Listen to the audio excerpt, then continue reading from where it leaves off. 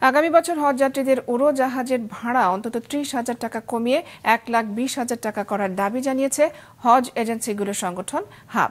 সকালে রাজধানীর একটি হোটেলে সংবাদ সম্মেলনে সংগঠনটি জানায়, উড়োজাহাজের যৌক্তিক এই ভাড়া নির্ধারণ করা হলে হজ যাত্রীদের খরচ কমবে।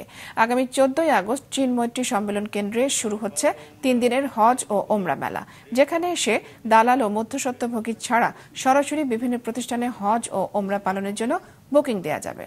হাবের এবং হজ এজেন্সিদের যে সমস্যাটা হচ্ছে, আমরা ডাইরেক্ট কিন্তু হাজি পাই না।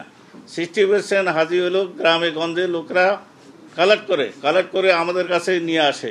আমরা তখন জিম্মি হয়ে যাই। মধ্যস্বত্বভোগীদের সাথে কন্ট্যাক্ট না করে ডাইরেক্ট হজ মেলা আইসা যে হজ এজেন্টদের সাথে ডাইরেক্ট কাজ করবেন, যেমন আমাদের একটা জবাব দিয়ে আছে। আমরা যদি কোনো হাজিদের সাথে কমিটমেন্ট ফেল করি, আমাদেরকে আপনারা ধরতে পারবেন। এবার আমাদের মন্ত্রণালয়ের কাছে তথ্য প্রমাণ আছে, ডেডিকেটেড হজ ফ্লাইটের কথা বলে যে দ্বিগুণ ভাড়াটা নেওয়া হয়, সত্যিকার অর্থে কোনো এয়ারলাইন্স ডেডিকেটেড ফ্লাইট পরিচালনা করেন না।